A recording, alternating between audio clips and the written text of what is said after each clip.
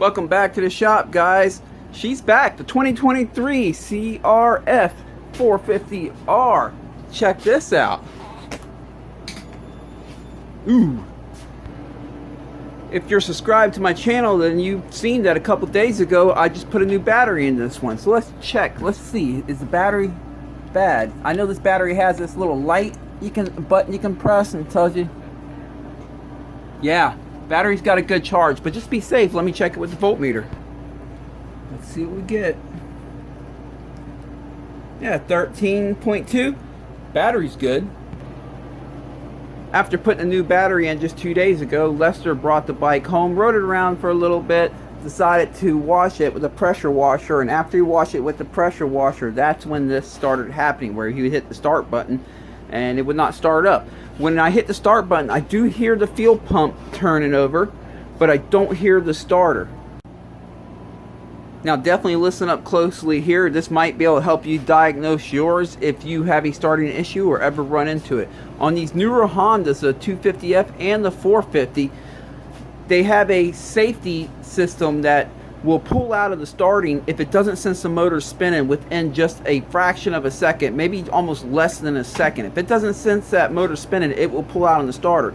Now most of your bikes, when you hit this button, it's pretty much a hardwired button that sends voltage to the starter relay, which signals to the starter relay to send voltage to the starter, and they start up. But on these Hondas, instead, this starter button goes directly to the CDI or the computer, and the computer then senses if it's okay to send power to the starter relay, for the starter relay to send power to the starter.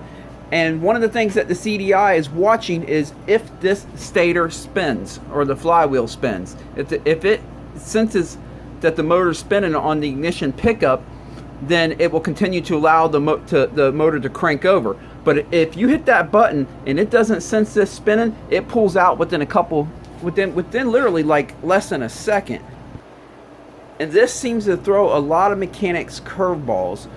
One bike, it was actually the starter clutch. You would hit the button and you hear boom, boom, and that's as long as it would go. You hit it boom, and the computer would sense that motor's not spinning because the starter clutch wasn't engaging, and so it would pull out on the starter. So what I'm going to say is, if you hit this button, always remember you will be hearing the fuel pump too. It does go boom, so don't get that confused with the starter. But when you hit the button, if you hear the starter motor spin and it stops real shortly, you're going to have to get underneath this cover. It's something to do with your starter clutch, or maybe you have a gear stripped out on your starter in there, but you're going to want to get under that cover and see what's going on in there.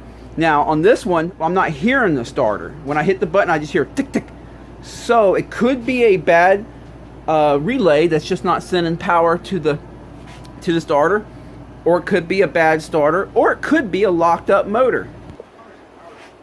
Lester did inform me that he was able to push start the bike and get it to start up and run. So I know the motor's not locked up, but if you have to verify that your motor's not locked up, the quick and easy way to do that is to pull this cover off right here with the Allen, and then with another size Allen, the crank bolt is right underneath here. It has an Allen in the middle of it. You can spin the motor over by hand, and the motor, you're going to want to spin it clockwise. Always remember, the crank spins the same direction that the back wheel's spinning when the bike's going forward.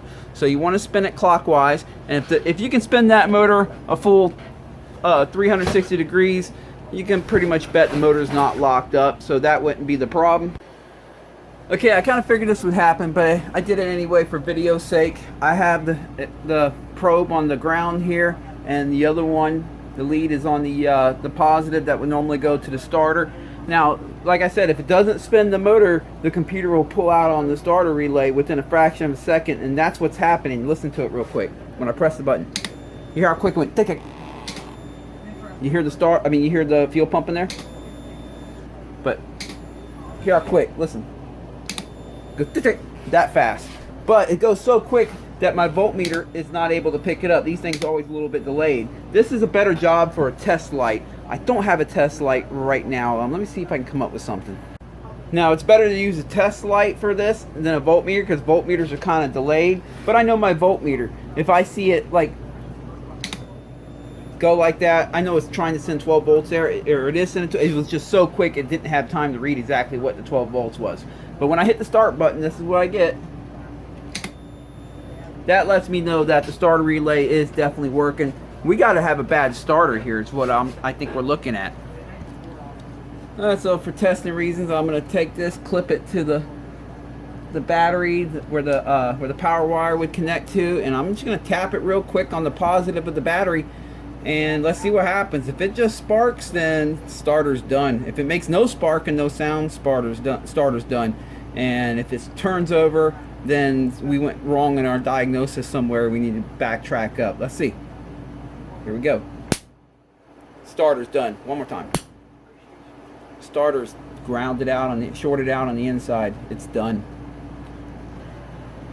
So let me get a new starter ordered up for it, and we'll pop that in and see what that does.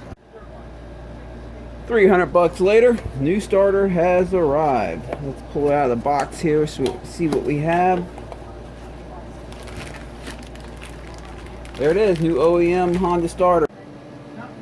Before I start putting the new starter on, I think it's important to address that I'm not saying pressure washing is what caused the starter to go bad. It's just anytime you work on a bike, you try to figure out what happened before the bike broke down, and pressure washing a bike is a significant event that can cause problems sometimes, especially with bearings. I find bikes that people pressure wash a lot, the bearings go out, but also electrical problems. So that's why I was keeping that in mind. However, after doing a little bit of thinking about it, remember we just changed that battery. And remember I mentioned that the lithium batteries, if the motor doesn't want to spin or if there's too much of a load on the battery, sometimes they just give up the ghost.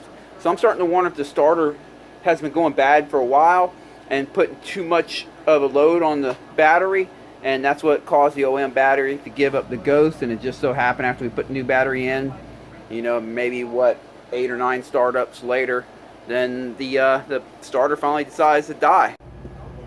The best way to get this starter out that I know of is to remove this motor mount right here, remove the muffler, and then the header pipe, and then you can remove the 2 bolts for the starter and wiggle it out through here. 2 bolts are on the other side down here in the bottom of the starter. Alright, should be able to just press the starter out towards the right side of the bike. It's hitting some wires over there. Let me get that out of the way. These 2 wires are pinching in between the starter and the cam chain adjuster here. So I'm going to loosen up this 8mm right here to hold these 2 wires on and see if I can move that out of the way. Let's see if I can just slide these wires. Here we go. Got them out of the way. Let's go back to the other side, see if we can get the starter out. Alright, let's try it again.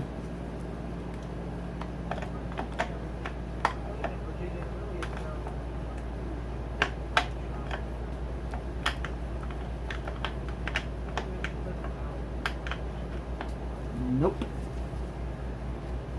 Well, now the battery box is in the way. There's 3 bolts for that. There's one way up here. It's underneath the throttle body. I'm going to try to get that out with a wrench. And then there's 2 on the other side. If you can't tell, I've never replaced a starter on one of these before. Then we got one right here and one on the back side back there. So let me go ahead and pull them out, and then I should be able to get the starter out. Alright, this is where these ratchet wrenches really come in handy. Alright, I'm finding this is where you really got to get creative and just find that sweet spot that just barely, because you can't really get the battery box out of there. You just loosen it up where it gives you some wiggle room. Let me see if I can get this out. Oh yeah, it's coming out. Hopefully I can get the new one back in after all this crap. There it is. Alright, now I gotta finger this out. It came out, so it should be able to go back in. Right?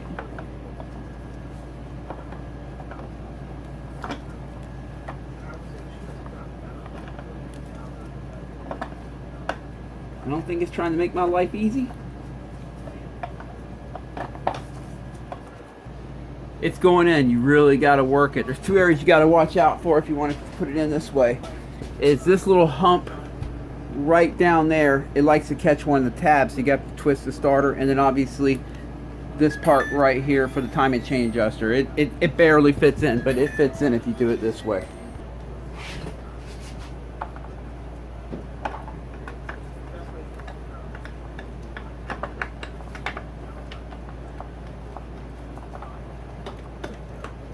There we go. I got the two starter bolts back in, the ground strap here, and also that little tab that held them two wires. So yeah, let me get the battery box bolted back in. Then I got to do the header and the muffler and the motor mount, put the battery in, and start her up. Okay, I got the header back on, the motor mount here, the muffler. The battery box is completely bolted down with the battery in there. Of course, the starter's back in, so let's go ahead and see what she does.